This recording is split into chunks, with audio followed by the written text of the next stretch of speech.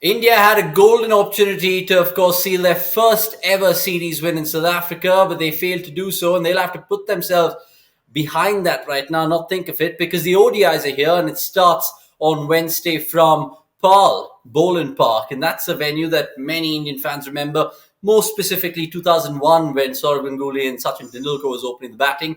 But we're here in 2022 to figure out who's going to be opening the batting for India, and we have, of course, our man, the star that he is, JP Duminy, who's, of course, in a hotel room somewhere. JP, how are you?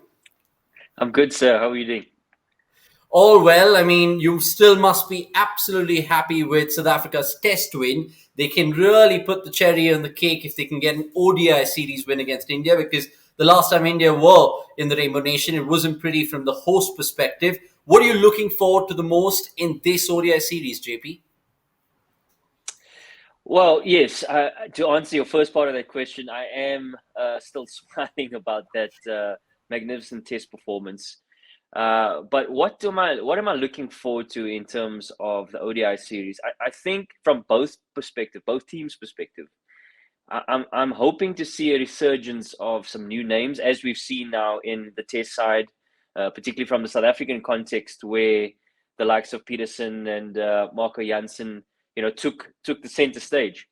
So there are quite a few names from both sides that we haven't necessarily seen a lot of in international cricket. So as much as there's a lot on the line in terms of this ODI series, I think it's a great opportunity as well to think forward to 2023 from a World Cup perspective, and trying to plan in terms of combinations, giving guys opportunities to stake a claim within that 15-man squad.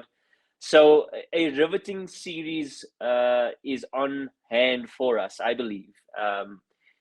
Always exciting between South Africa and India in the shorter formats. So I've got some fond memories for sure in my playing days. So I'll be watching with keen fondness in terms of the series unfolding. Absolutely. I mean, you played your part against India, and India fans would know that well, so we won't go there. But I have to ask you about the favourites right now. Is it obvious that India start favourites, or South Africa with their new regime and what's boiling right now? Is it, a sure option that India are going to go win the series, or am I completely wrong? I would say that India probably walk into the series as the favourites, yes. But I don't think it's going to be somewhat of what, well, we can just say it off the bat that India is going to win the series. I think it's certainly going to be a close contest, and it all depends on combinations for me in terms of the mindset of teams. Are they putting a massive emphasis on the victory where they're playing their top players, or is it a bit of a time to explore in terms of, like I mentioned earlier, about those new names? I would like to think of the latter. I think it's a great opportunity now. We sort of just over a year out from a World Cup, and great opportunities really, particularly looking at the squads of the various teams and seeing also from an Indian perspective some of the names that are in that squad, how they've performed, particularly in the IPL. There would certainly be some fans in India looking forward to seeing a Gaikwad getting an opportunity, or a Venkatesh Iyer getting an opportunity.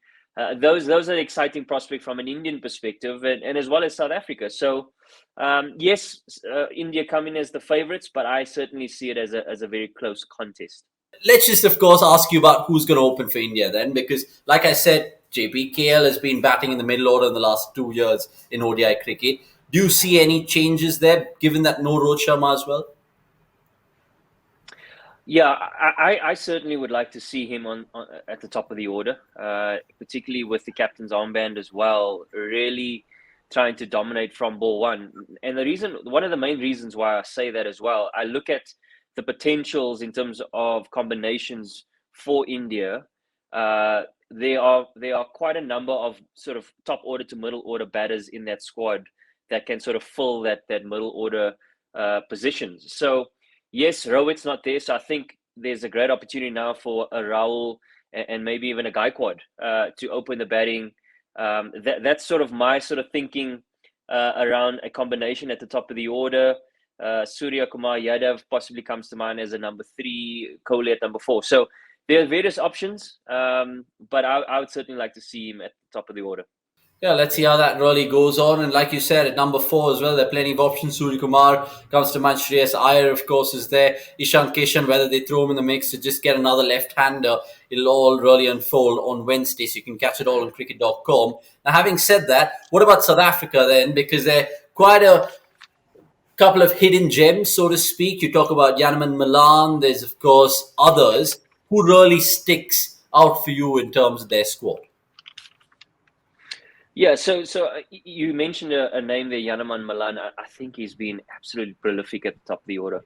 He's certainly been one of the most exciting batsmen to come through in terms of white ball cricket. So I see him at the top of the order, along with the obvious one being Quinton de Kock. So we're talking about potentials here, and you know who are the likely guys to make debuts or getting opportunities in this series. From a bowling perspective, I see a sort of Sisande Magala, who's an unknown in many ways in international cricket. He's had one or two opportunities, I think, in T20 cricket. And then there's Subair Hamza, who's he's from Western Province in Cape Town, and he will know the Boland conditions pretty well as well.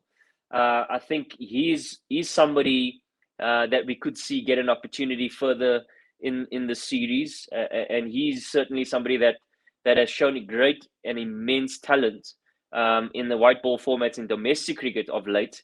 He's been in great form, so I'm excited to see him get an opportunity against a formidable team as India.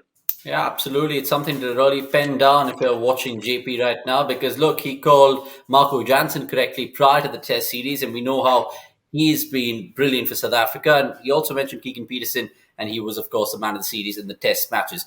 Before we just ask you about the conditions in Boland Park and your predicted 11s, I just want to focus a little bit more on the captains, because look, KL Rahul, ODI debut as captain. You've seen him, JP, in terms of the IPL, captaining Punjab Kings. And then there's Temba Bavuma, who I think lived up to that role brilliantly in the T20 World Cup. So how do you rate these two captains going into the series? Yeah, let's start with India and KL Rahul. And my reflections upon him, as much as there are reflections in IPL, I look back also to that test at the Wanderers, and there were many questions around his demeanor, and it was a little bit unfair in many ways, where there was a comparison to the demeanor to a Virat Kohli. I think he has to stamp his authority within the team in terms of what his vision is and what his drive is and what he wants to achieve as a leader in that team. I see him as a sort of natural leader through performance. I think he prides himself on performance. He's got this calmness about him, which is always a good thing. And we've seen it in the test matches already, that grit and that character that he has in tough situations. And that's certainly going to be tested not only with batting hand, but when you're out in the field and having to marshal your troops and making certain decisions that ultimately you will need to be accountable for. So these are going to be crucial components, particularly in the reflection of ODI series. But I'm sure he's somebody that has been through them all in terms of a leadership role, like you mentioned, the IPL. And also, he comes across as somebody that's always up for the challenge. He never backs down, which is sort of a trademark, I guess, in many ways from an Indian perspective. So I think he'll do really well.